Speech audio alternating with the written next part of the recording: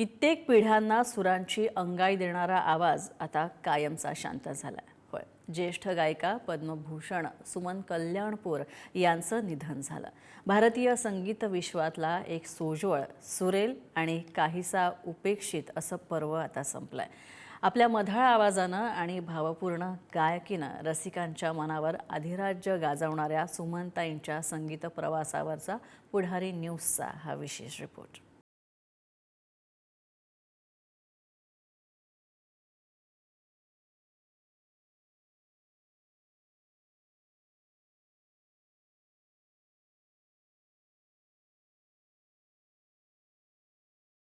च्या सुरांनी कित्येक पिढ्यांना निद्रादेवीच्या कुशीत शिरायला मदत केली असेल. लाखो मराठी मनांच्या आठवणींमध्ये घर करून राहिलेला तो स्वर, तोच मखमली आवाज आज कायमचा शांत झाला. भारतीय संगीत विश्वातील ज्येष्ठ गायिका पद्मभूषण सुमन कल्याणपूर यांचं वयाच्या 89व्या वर्षी निधन झालंय. सुमधुर आवाज, सोज्वळता आणि भावपूर्ण गायकीचा एक सुवर्ण अध्याय आज संपलाय.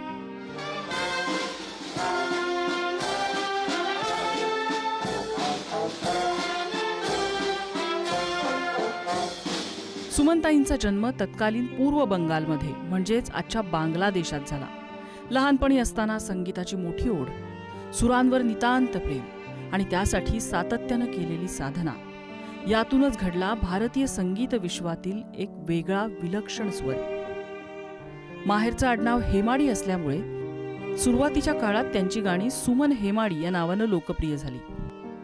आजपर्यंत त्यांचे एकही गाणं अरुण उगवला अनुरागाचा असो, जिथे सागराधरणी मिळते असो, केतकीच्या बनी तिथे नाचला ग मोर असो, किंवा देवादया तुझी की ही शुद्ध दैव लीला, बोलून प्रेम बोल, शब्द शब्द जपून ठेव, किती गाणी आहेत की जी गाणी आपण कधीच विसरणार नाही, कारण आपल्या DNA मध्ये सामावलेली आहे.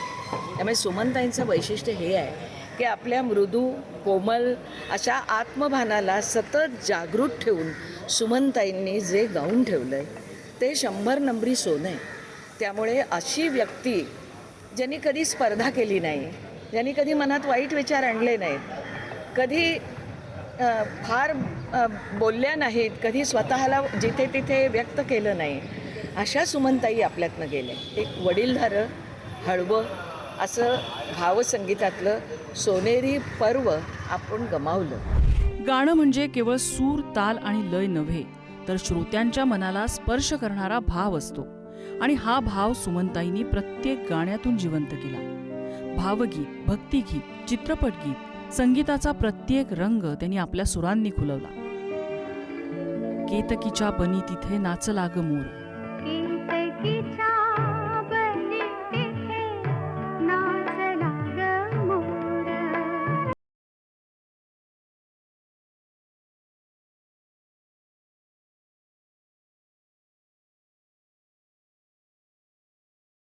सागरा धरणी मिळते,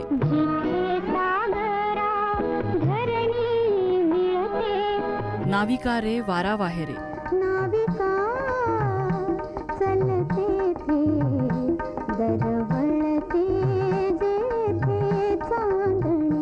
देव माझा विठू सावळा,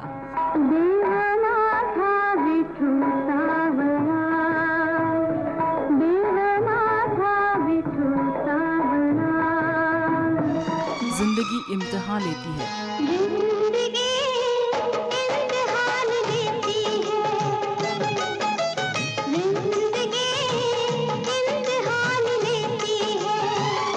आजकल तेरे मेरे प्यार के चर्चे, आजकल तेरे मेरे प्यार के चर्चे हर ज़बान पर, सबको मालूम है और सबको खबर हो गई. तुमने पुकारा और हम चले आए, तुमने पुकारा और हम चले आए. अशी असंख्य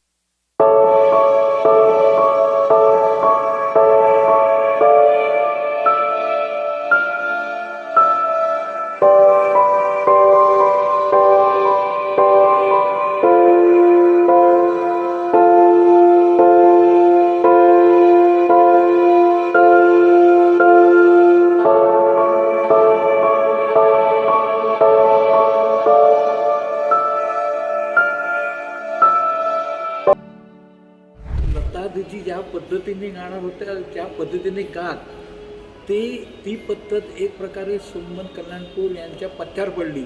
परंतु असं जरी असलं तरी सुमन कल्याणपूर यांचंसुद्धा पार्श्वगायनातलं ते श्रेष्ठत्व जे आहे, वैशिष्ट्य जे आहे आणि त्यांनीसुद्धा जे एक्सप्रेशन मेलेडी साध्य केली त्यालासुद्धा दाद द्यायला पाहिजे. म्हणजे मला असं वाटतं ना की हा जो वाद आहे तो वाद तसं म्हटलं ना तर तो समतोल झाला.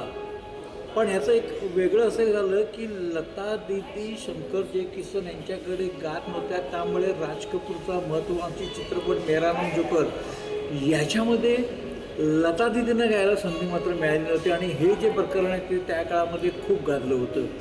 तर अशा पद्धतीचे वाद हे होतच असतात. पण मला असं वाटतं की लता दीदींचं श्रेष्ठत्व मान्य करावं, पण त्याचबरोबर सुमन कल्याणपूर यांची जी गायकी होती तीसुद्धा लोकप्रिय झाली. याकडे सुद्धा आपलं लक्ष वेधलं जातं आणि मोहम्मद रफी साहेब तर महानच गायक होते असं म्हणतो. मोहम्मद रफी